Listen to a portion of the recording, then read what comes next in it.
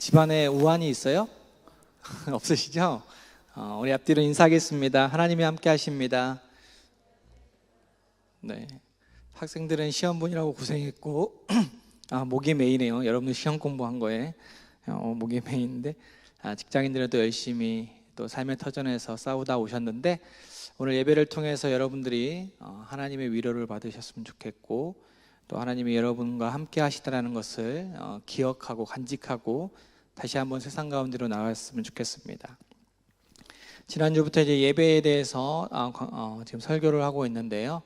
우리가 예배를 조금 더 소중하게 여겼으면 좋겠다라고 지난주에 말씀을 드렸습니다. 이제 계속적으로 우리가 예배에 대해서 좀 나누기를 원하는데 내가 드리는 예배에 대해서 여러분들이 지금 드리고 있는 이 예배에 대해서 다시 한번 점검해 보고 내가 혹 하나님 앞에 잘못 드리는 예배는 없는지 돌아보고 그런 시간을 가졌으면 좋겠어요. 제가 머리에 지루성 두피염이라는 게 있었어요. 아세요? 지루성 두피염이라고. 이게 있으면요 각질이 엄청 많이 생기고 머리가 엄청 간지럽습니다. 경험하신 분들만 알 텐데, 그래서 이것을 고치기 위해서 어떻게 할까 해서 여러 방법을 사용했는데 잘 낫지를 않았어요. 그래서 이제 어떤 분이 두피를 위해서 한의원을 한번 가봐라 라고 해서 두피의 지루성 피부염을 잘 하시는 그런 한의원에 갔습니다. 제가 한의원에 자주 가는 편은 아니지만 한의원에 갔는데 독특한 그런 경험을 했습니다. 저는 분명히 머리에 두피염이 있어가지고 한의원을 갔죠. 그런데 이제 여러분들 한의원을 가보신 분은 알겠지만 머리에 두피가 있는데 침은 어디에 놓습니까? 머리에 놓지 않고 팔, 손끝, 발 이런 데 이렇게 침을 놓는다는 거죠.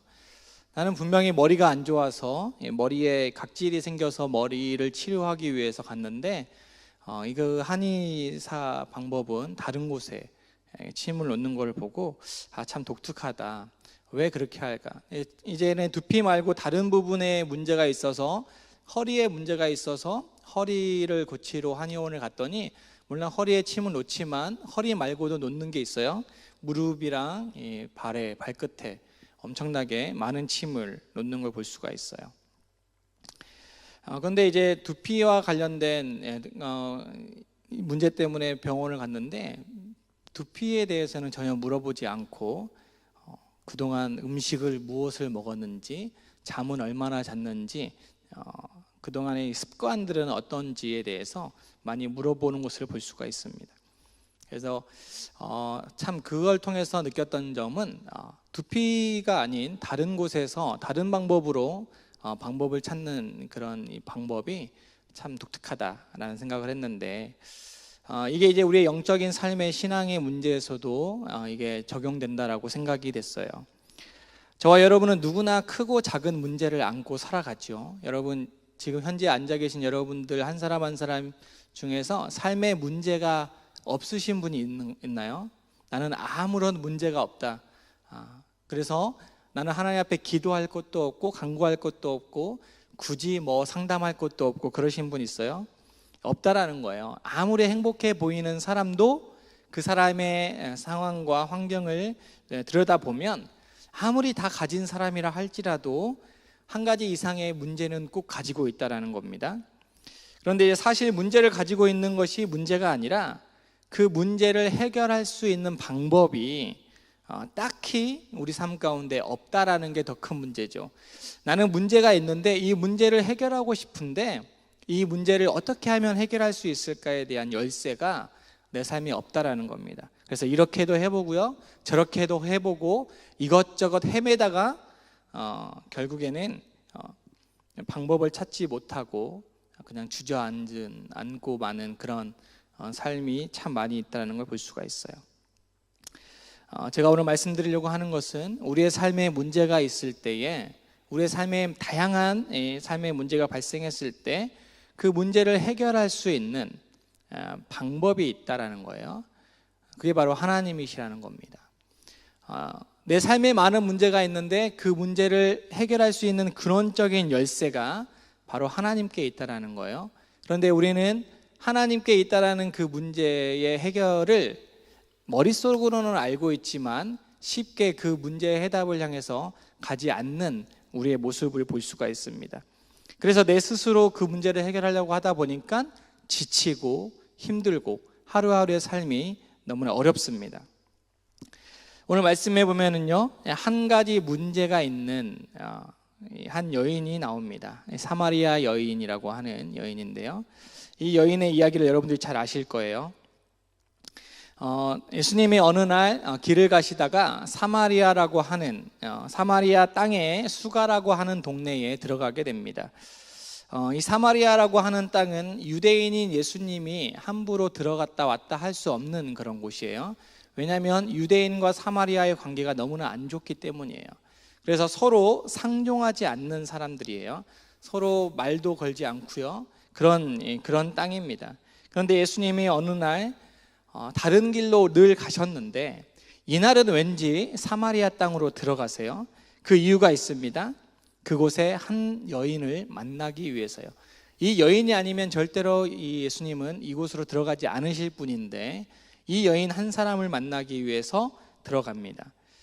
그런데 이 여인은 예수님을 만나자마자 예수님을 어떤 사람으로 보냐면 오늘 4장 9절의 말씀에 먼저 볼까요? 요한복음 4장 9절의 말씀에 보면 사마리아 여자가 이르되 당신은 유대인이다. 유대인의 남자 한 명으로서 어떻게 나에게 말을 거느냐라고 얘기를 하죠. 그런데 이제 얘기를 하다 보니까 11절에 여자가 이르되 주여라고, 그냥 유대인의 한 사람이었던 예수님이 말을 하다 보니까 이 사람이 그냥 유대인의 한 사람이 아니라 주여라고 약간 가까이 느껴지는 그런 상대가 되었어요. 그런데 이제 더 말을 하다 보니까 19절에 보니까 여자가 이르되 주여 내가 보니 선지자로소이다 라고 얘기를 해요.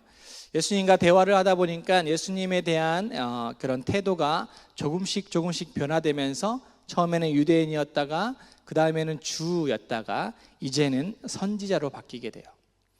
그런데 이제 선지자라고 하는 것은 내가 지금 가지고 있는 이 문제를 들어주고 해결할 수 있을 것 같다라는 그런 생각이 들었어요. 그래서 이 여자가 이 예수님에게, 선지자일 것 같은 이 예수님에게 자신의 문제를 내어놓고자 합니다. 그런데 그 전에 예수님이 이 여자에게 먼저 말을 걸 때에 나에게 물을 좀 달라라고 얘기를 해요.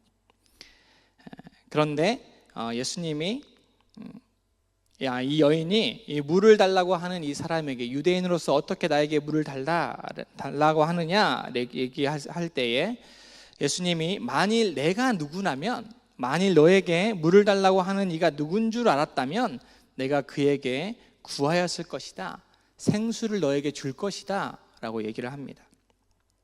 그런데 여자가 이제 주여 물 기를 그릇도 없고 우물은 깊은데 어디에서 당신이 나에게 생수를 줍니까? 그때 예수님이 이렇게 얘기합니다. 이 물을 마시는 자는 목마를 건데 내가 주는 물은 영원히 목마르지 않을 것이다 라고 얘기를 해요. 이 여인은 삶 가운데 목마름을 느끼고 있어요. 자신의 삶의 문제를 해결하지 못해서 이 여인은 목말라 하고 있습니다. 이 목마름을 어떻게 해결해야 되는지에 대한 갈급함을 가지고 있어요.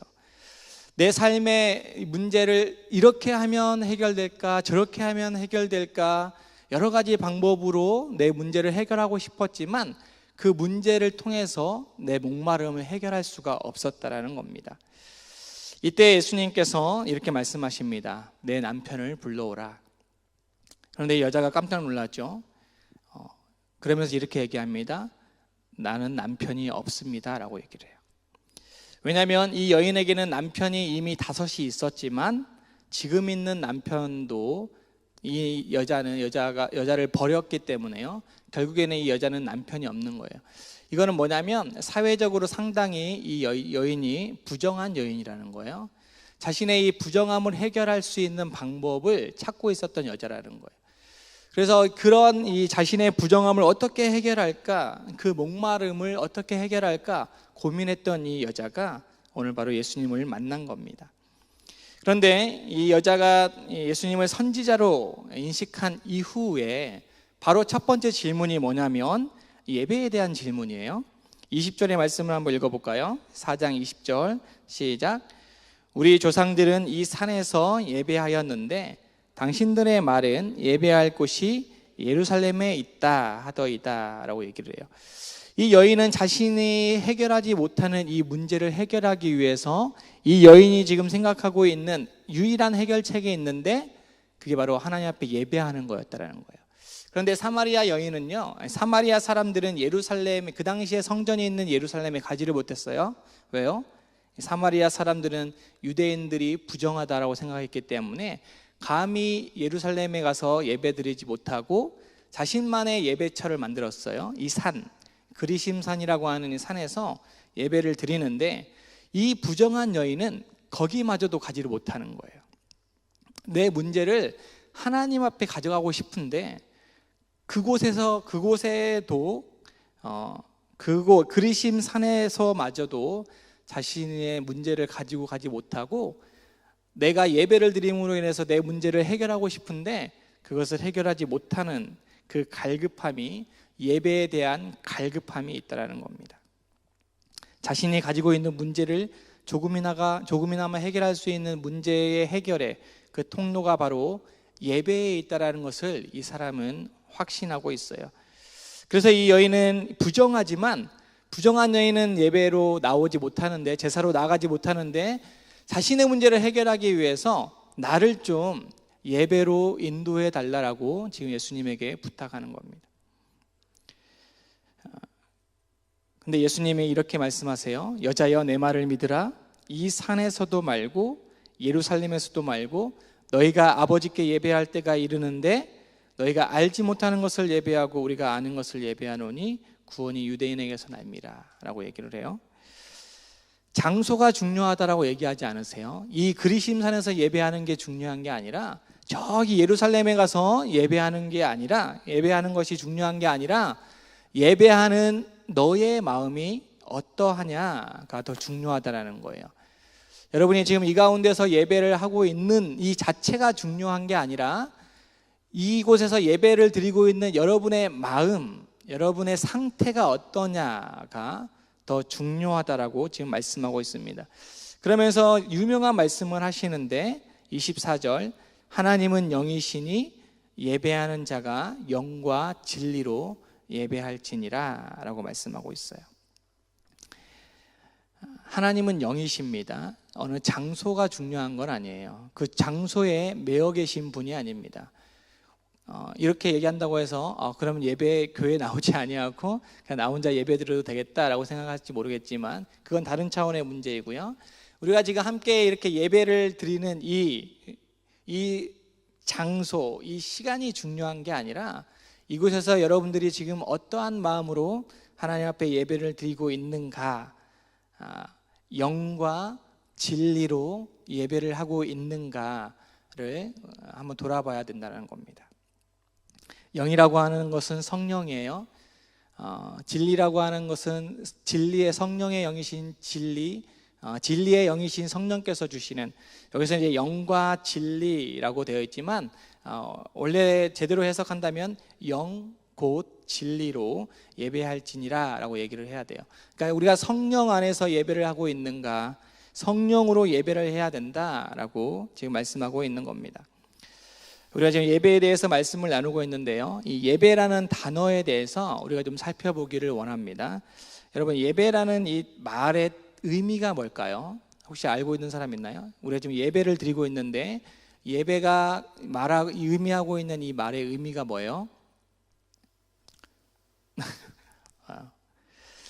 히브리어 성경에서는요, 구약 성경에서는 예배라는 말을요 아바드라는 단어를 사용했어요. 아바드.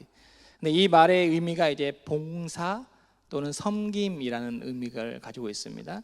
이거를 영어로 말하면 어떤 의미예요? 서비스라는 거죠. 예배를 영어로 하면 서비스거든요. 근데 이제 우리가 잘못 생각하고 있는 게 뭐냐면 서비스, 여러분 서비스 많이 하셨죠? 아르바이트나 이런 직장 가운데서의 서비스를 많이 하시잖아요. 교회에 오면은요, 우리가 이제 서비스를 해야 되는데, 보통 사람들이 교회를 오면은 내가 서비스를 받으려고 하는 게 있어요. 나는 이 예배를 통해서 좀 서비스를 받고 싶다라고 생각하는 사람이 있습니다. 그런데 예배라는 단어 안에 있는 서비스는요, 내가 서비스를 받는 게 아니라 내가 누구에게 서비스를 해주는 거예요? 네? 내가 누구에게 서비스를 해주는 거예요? 다 꿀 드시고 오셨어요? 내가 누구에게? 하나님께 서비스를 하는 겁니다. 내가 서비스를 받는 게 아니고요, 찬양 잘한다, 말씀 잘 들었어, 이렇게 내가 서비스를 받는 게 아니고요, 나의 이 예배의 모습을 통해서 하나님 앞에 서비스를 해드리는 거예요.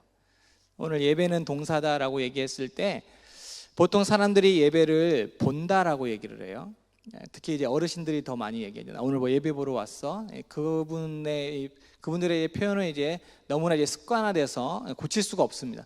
내가 아무리 예배를 본다라고 하면 안 된다라고 얘기를 해도 은연중에 그냥 평생 동안 예배를 본다라고 얘기를 했기 때문에 고쳐지지를 않는데, 예배는 본다라고 얘기를 하는 게 아니에요. 본다라는 것은요, 관객의 의미를 가지고 있어요. 그래, 찬양 잘하나 보자, 말씀 잘 전하나 보자, 내가 이 가운데 1시간 정도를 내가 마치 관객이 되어서 무대에서 벌어지고 있는 일들을 마치 연극을 보듯이, 마치 스포츠를 보듯이, 영화를 보듯이 내가 관객이 되어서 구경하고 있다라는 게 아니에요. 예배는 동사다라고 얘기하는 것은 예배는 하는 거다라는 거야. 누가?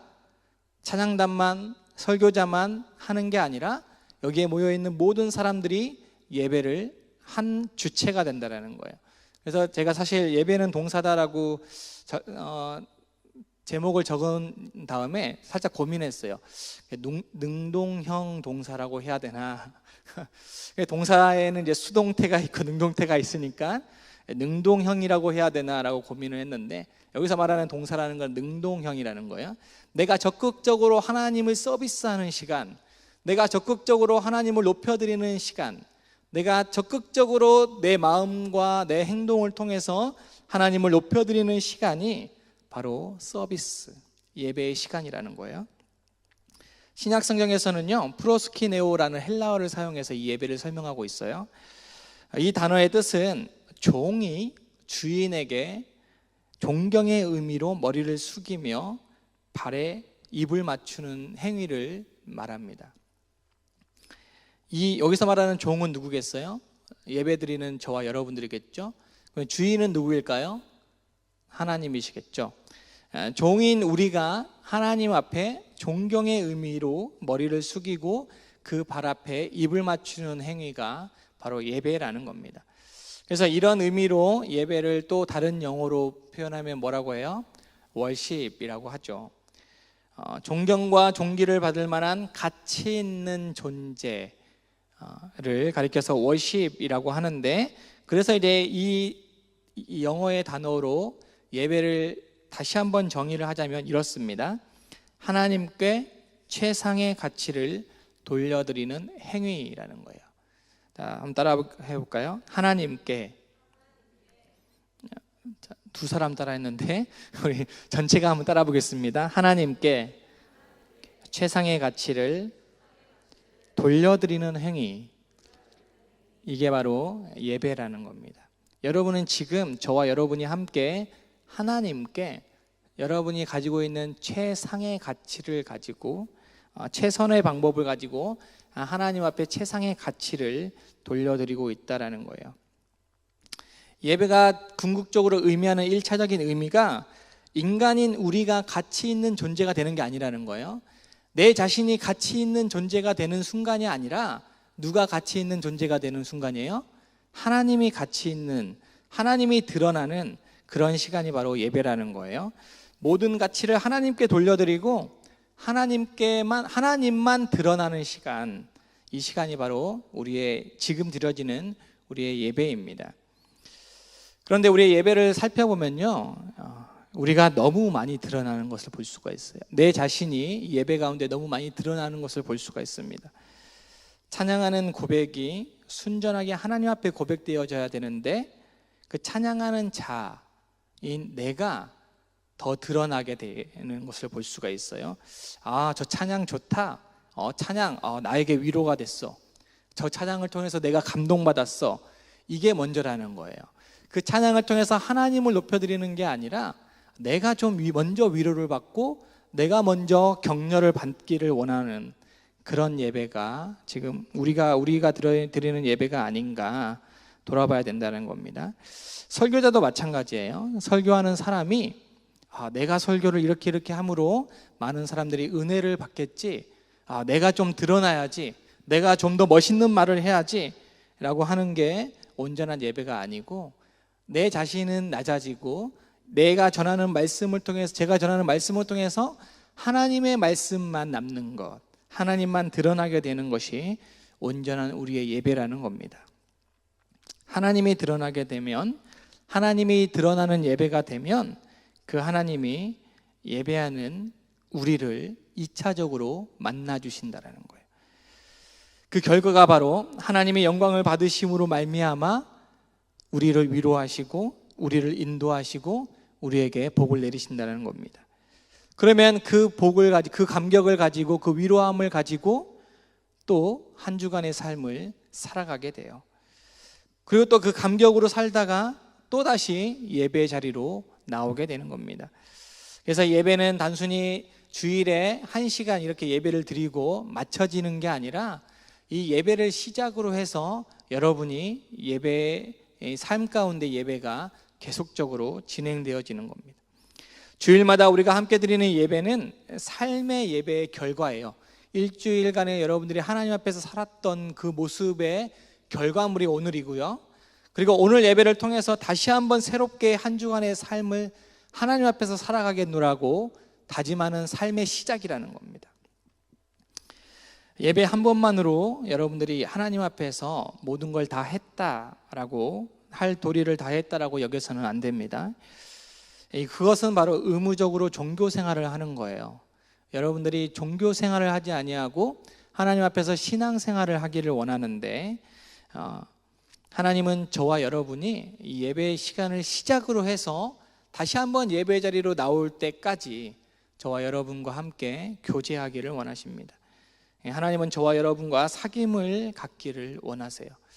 자, 여러분 그 교제해 보신 분들도 있고 하지 못하신 분들은 위로합니다. 안타깝지만 교제하시는 분이 경험을 해보신 분들은 이런 경험을 해보셨을 거예요. 상대방이 물론 이제 남녀와의 교제 말고도 친구와의 교제도 마찬가지입니다. 무뚝뚝하게 서 있는 사람, 나와 대화를 하는데 무뚝뚝하게 얘기를 하는 사람과는 진정한 사귐을 갖기가 조금 힘듭니다. 적극적으로 표현하는 자는, 적극적으로 사랑을 표현하는 자는 조금 더 빨리 가까이 사귐을 가질 수가 있죠. 하나님과의 관계도요, 하나님 앞에 적극적으로 표현하는 것, 하나님 앞에 적극적으로 행동하는 것, 이러한 것이 있을 때에 하나님과의 진정한 사귐이 된다는 겁니다. 예배를 한다라고 해야지 또 예배를 본다라고 하면 안 된다고 했죠. 보는 거는요, 하나님 앞에 무뚝뚝하게 서 있는 것과 마찬가지예요. 우리가 예배를 하는 행위를 통해서 하나님 앞에 내 마음을 고백하고 하나님을 높여드릴 때 하나님이 이 예배 가운데 임재하시고 우리의 예배를 받으신다라는 겁니다. 여러분에게 삶의 문제가 있습니까? 그 삶의 문제를 어떻게 해결해야 할지 답답하고 계십니까? 여러분, 어떤 것보다 우리가 예배를 먼저 회복되어야 될 줄 믿습니다. 예배는 우리의 모든 문제의 주관자 되시는 하나님을 높여드리는 거예요. 우리 스스로가 직접 그 문제를 해결한다고 하면 너무나 벅차고 힘이 듭니다. 그 문제를 바라보지 말고요, 그 문제보다 더 크신, 그 문제를 해결할 수 있는 유일한 하나님 앞에 좀 더 가까이 나오시기를 바랍니다.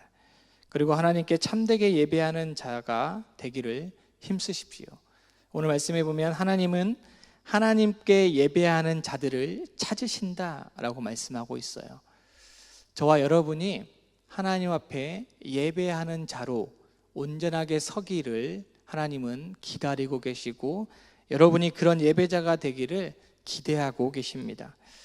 모든 문제의 해결은 참된 예배에서부터 시작된다는 것을요, 여러분들이 기억하시고 내가 드리는 예배가 정말 하나님이 원하시는 예배인가 그렇지 않은가를 점검해 보는 우리의 예배의 삶이 되었으면 좋겠고, 지금 이 순간의 예배뿐만 아니라 우리의 삶의 자리에서 이어지는 예배 가운데 하나님이 정말 내 삶의 주인으로 내가 받들고 있는가, 내가 하나님을 하나님으로 인정하며 살아가고 있는가, 하나님께 늘 영광을 돌리고 살아가고 있는가, 삶에서 하나님이 하나님 노릇할 수 있도록 내가 내 자리에서 하나님의 자리를 비워주고 있는가, 여러분의 삶을 돌아보시면서 이번 한 주간 또 연휴라 여러분 많이 분주하고 또 마음이 또 많이 들떠있을 텐데,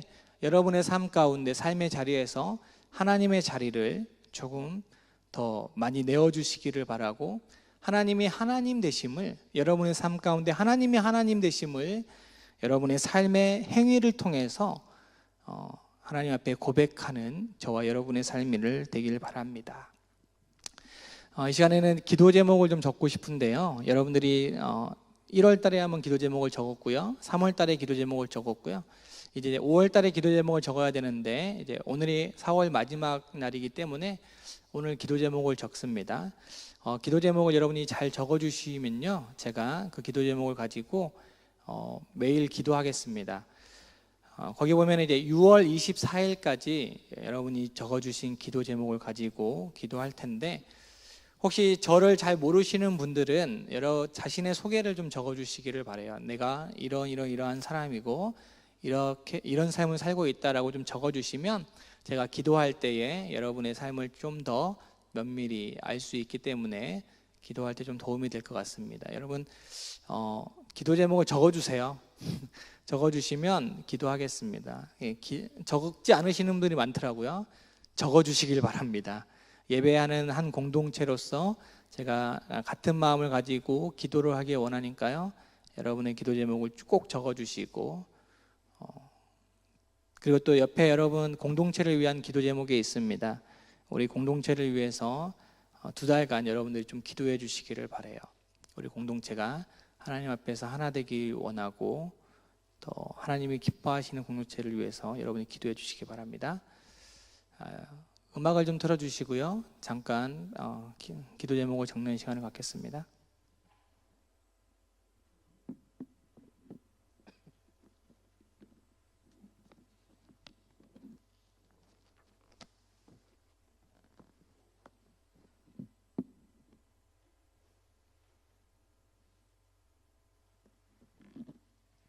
혹시 펜이 없어서 못 적으시는 분들은 손을 들으시면요, 임원들이 드릴 겁니다. 네, 여기 앞에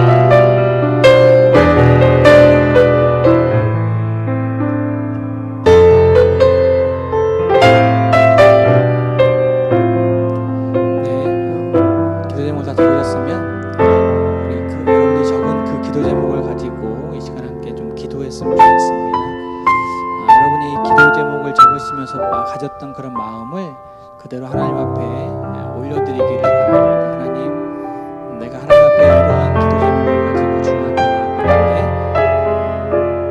하나님이 원하시고 기뻐하시는 그런 예배 가운데 내 기도가 온전하게 응답되어질 수 있도록 인도해 주십시오라고 기도하겠는데, 우리 찬양 내 아버지 그 품 안에서 찬양하신 후에 잠깐 기도하겠습니다.